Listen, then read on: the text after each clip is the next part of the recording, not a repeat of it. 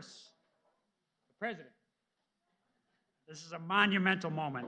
It's our job as a nation to provide toxic exposed veterans and their survivors with the care and benefits they deserve. But for too long, that did not happen. For too long, too many veterans who got sick while fighting for our country had to fight for their care here at home. But from the day he took office, President Biden has made it clear that those days are over. He became the first president to proactively deliver toxic exposure benefits and care for the veterans who fought for our wars for the past 30 years, establishing presumptions of service connection for asthma, sinusitis, rhinitis, and 9 rare respiratory cancers. And now, by signing the PACT Act into law, President Biden will empower VA to deliver the care that millions of toxic exposed veterans need and the benefits that they and their loved ones deserve. And VA stands ready to implement PACT now. Veterans can visit va.gov/PACT to learn more about how this law will help them and their families, and we encourage anyone who might be eligible for PACT Act benefits to apply right away, because we'll stop at nothing to make sure every veteran, every family member, and every survivor gets everything they've earned and they deserve. Now, there are so many people to thank for making this day possible, including, of course, the President, who has made this the top priority in his unity agenda, and our leaders in Congress, who came together to get this done, and of course, the veterans who have advocated for this legislation for years, and their family members and survivors who have served and sacrificed right alongside the veterans they love. In fact, it's my great honor to introduce 2 of these family members as our next speakers, Danielle and Brielle Robinson.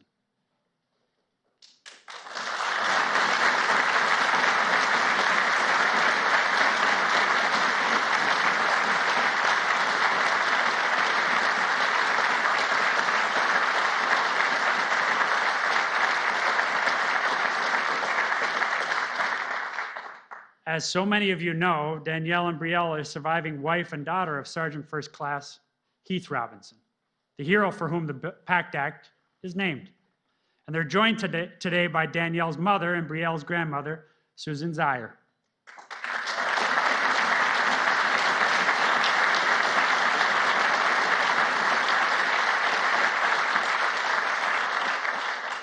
Danielle and Brielle are not only the survivors of an American hero. No, they are very much heroes themselves for holding our country and VA accountable, for advocating for this legislation, knowing full well that it can't bring back what they've lost, and for making this day possible so other families won't have to suffer the loss that they have suffered. Danielle, Brielle, thank you for everything. Over to you.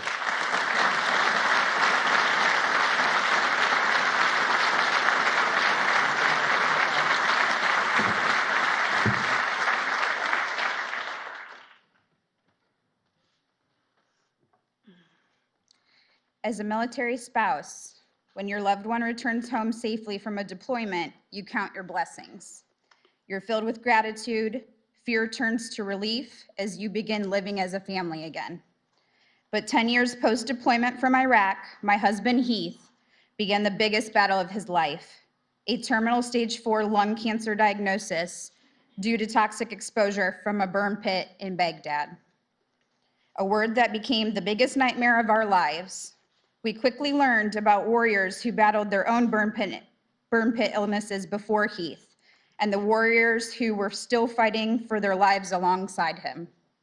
Today, I want to remember Heath for the man he was, an immediate friend to everyone who crossed his path, the person who would instantly drop what he was doing to help a friend or a stranger on the street, the guy in the room who had a special glow and warmth to him, a soldier as strong as an ox, physically and mentally, the ultimate cuddler and protector to our sweet little girl, Brielle, and a leader with a strong warrior ethos to all those who served under him.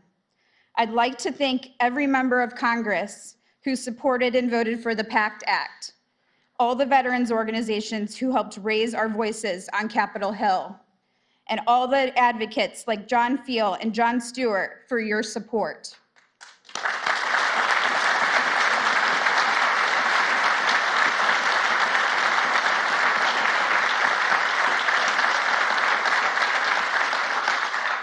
We could not have done this without you all. Ours is just one story. So many military families have had to fight this terrible emotional battle. So many veterans are still battling burn pit illnesses today. Too many have succumbed to those illnesses as well. And I'm honored to be with the father of another military family that understands the ultimate sacrifice like we do, our Commander-in-Chief, President Joe Biden.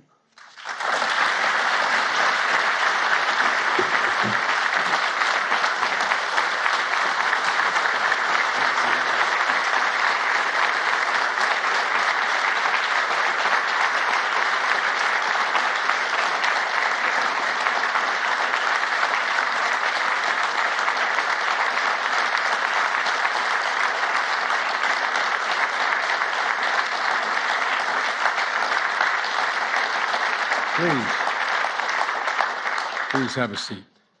Danielle, thank you. Before I begin today, I want to say a word about the news that came out today relative to the economy. Actually, I just want to say a number: 0.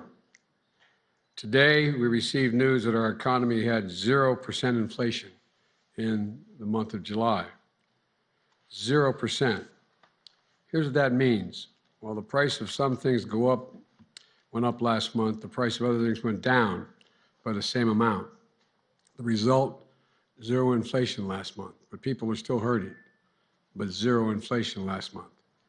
Economists look at a measure of inflation that ignores food and energy prices, and they call it core inflation. That's about the lowest amount in several months. When you couple that with last week's booming jobs report of 528,000 jobs created last month and 3.5% unemployment, it underscores the kind of economy we've been building. We're seeing a stronger labor market where jobs are booming and Americans are working, and we're seeing some signs that inflation may be beginning to moderate. That's what happens when you build an economy from the bottom up and the middle out. The wealthy do very well and everyone has a chance. It gives everyone a chance to make progress. Now I want to be clear. With the global challenges we face, from the war in Europe to disruption of supply chains and pandemic shutdowns in Asia, we could face additional headwinds in the months ahead. Our work is far from over, but 2 things should be clear. First, the economic plan is working, and second is building an economy that will reward work. Wages are up this month, provide opportunity, help the middle class, and still have work to do, but we're on track. The second point I want to make is we need to pass the Inflation Reduction Act right away. That's the most consequential thing that Congress can do to keep our progress on inflation from getting worse, keep it moving in the right direction. And it will bring down the cost of prescription drugs, health insurance premiums, and energy costs. It's going to make big corporations just pay their fair share, nothing more than their fair share. It's going to reduce the deficit without raising a penny in taxes on people making under $400,000 a year. But it's far from done in our effort to bring inflation down, but we're moving in the right direction. So some good economic news today and some work ahead. Now, to the reason we're here, and the most important reason that we've assembled in this room in a long time. Danielle, when you were here for the State of the Union, I had hoped you'd be back to sign this for this bill signing. It turns out that's working. And Mom, I remember how strongly supportive you were of this from the very beginning, all the way back when I met you at a book signing a long time ago. And I'm just in awe of your family's courage. I really mean that. You know, through the pain, you found purpose to demand that we do better as a nation. And today we are. WRAL, you know, I know you miss your daddy, but he's with you all the time. He's inside you. He's going to whisper in your ear lots of times when you have hard decisions to make. You're going to wonder what Daddy wants you to do, and he's going to be there. He's going to be there for you. You see that little guy you're sitting right next to? That's my grandson, his daddy lost to the same burn pits, and he knows what you're going through. But guess what? You're going to do this. You're going to be really, really strong. And it's hard taking care of mommy and a grandma, but you got to do it, okay? All right. To the veterans and their families here today and for all around the country, we can never fully thank you for your service and your sacrifice. And that's not hyperbole. That's a literal fact. Less than 1% of you, less than 1% of you risk everything to defend 99% of the population. 1% risk 99%. We owe you. You're the backbone. You're the steel. You're the sinew. You're the very fiber that makes this country what it is. And that's not hyperbole. That's a fact. As a nation, we have many obligations. I've been saying this for a long, long time. We have many obligations, only one truly sacred obligation: to equip those we send into harm's way and to care for them and their families when they come home. We have a lot of obligations, but that's a truly sacred obligation we have.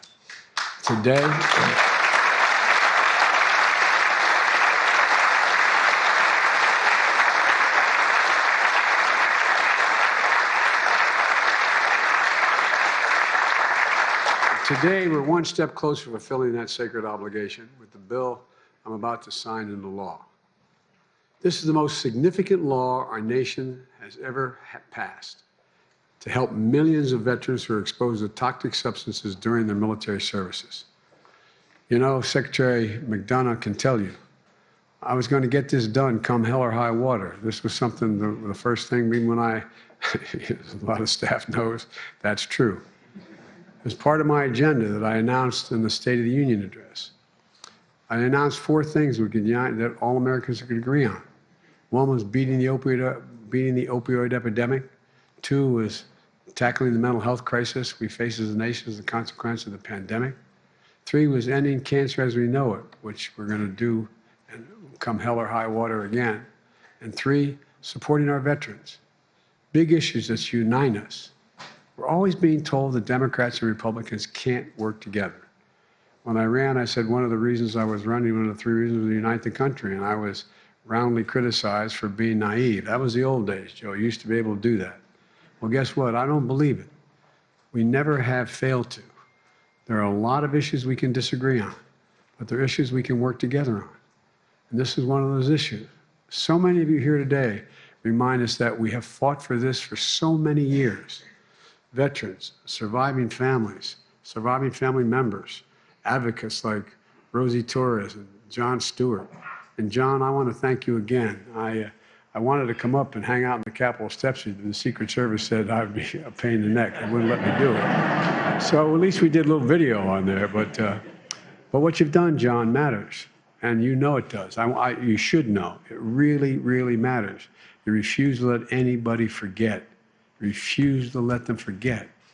And we owe you big, man. We owe you big.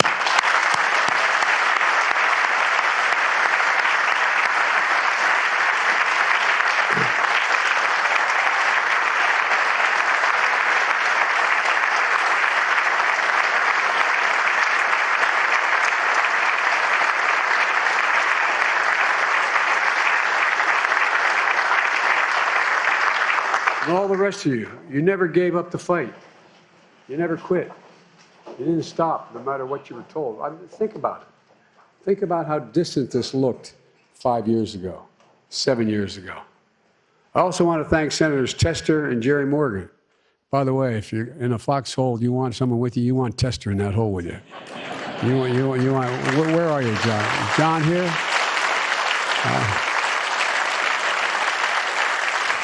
Only problem is John may try to bring his combine in that foxhole with him. Also, John Bozeman and Kristen Gillibrand and Dick Blumenthal, Representatives Takano and Bost, and all the other members of Congress who supported this bill, many of whom are here today. I'd like you all to stand, all the members of Congress, please stand.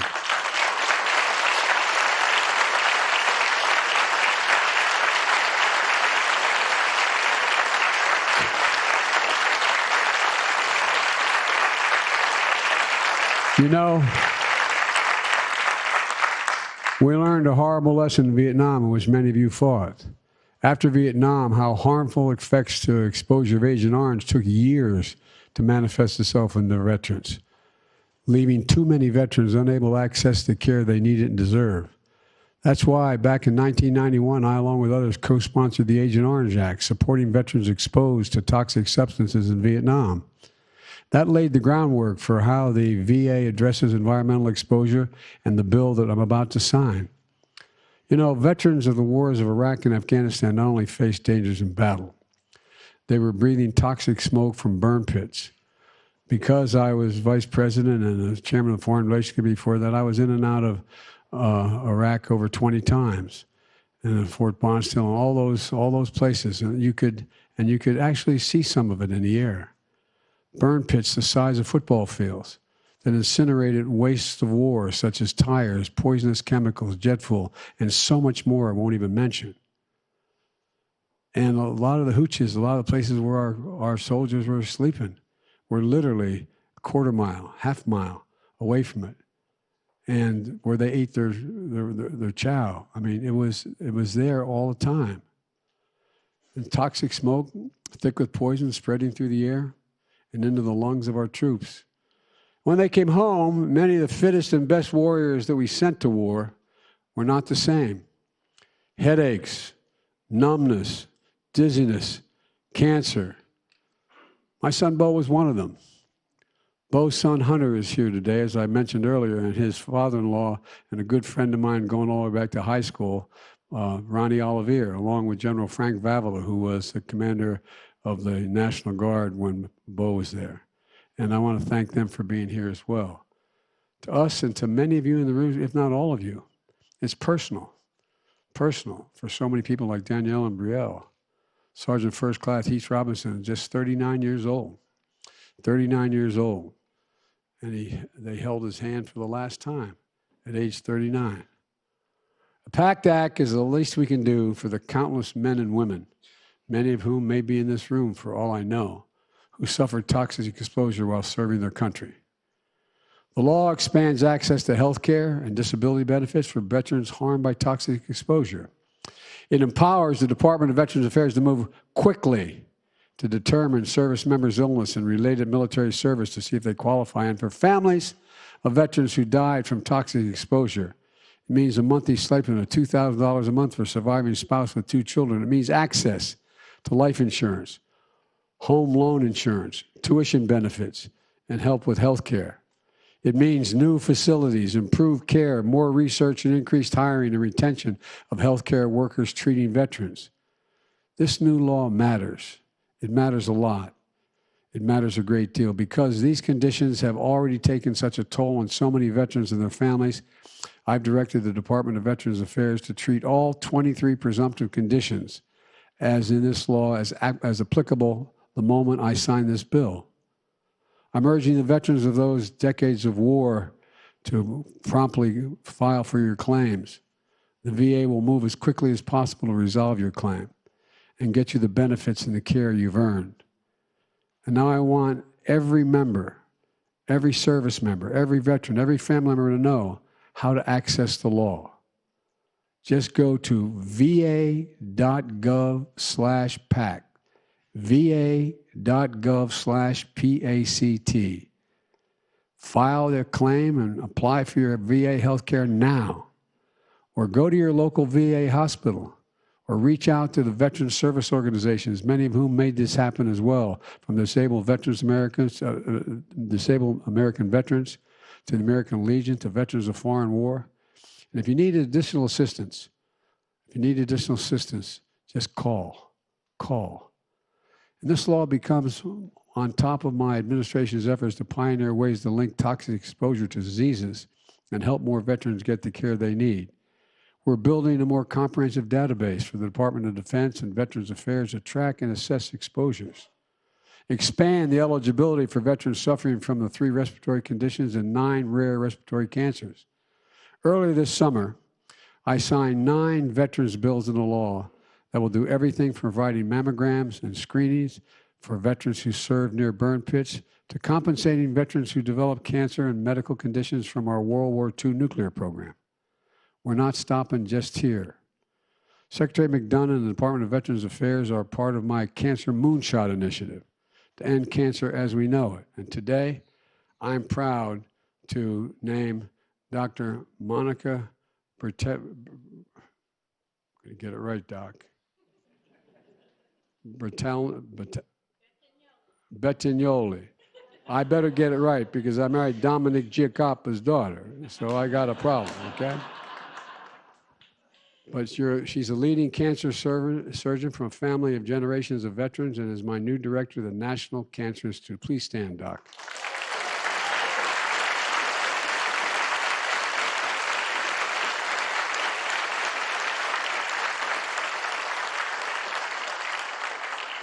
And they're all working as one team.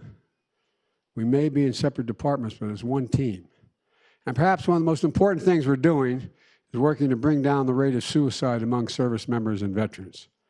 An average of 17 veterans die by suicide every single day. 17. It's an absolute tragedy. It demands not only a whole-of-government approach, but a whole-of-country working together. So let me close with this.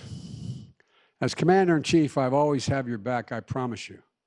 That includes finally delivering justice to Zawahiri, al-Qaeda's leader and bin Laden's deputy during 9/11, and it includes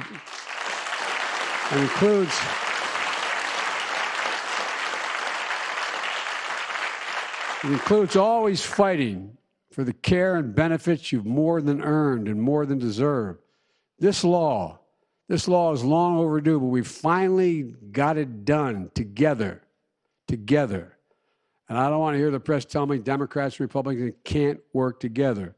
We got it done, and we got it done together. So God bless you all. You are the backbone, the very spine of this country. And may God protect our troops. Now I'm going to walk over and sign that legislation.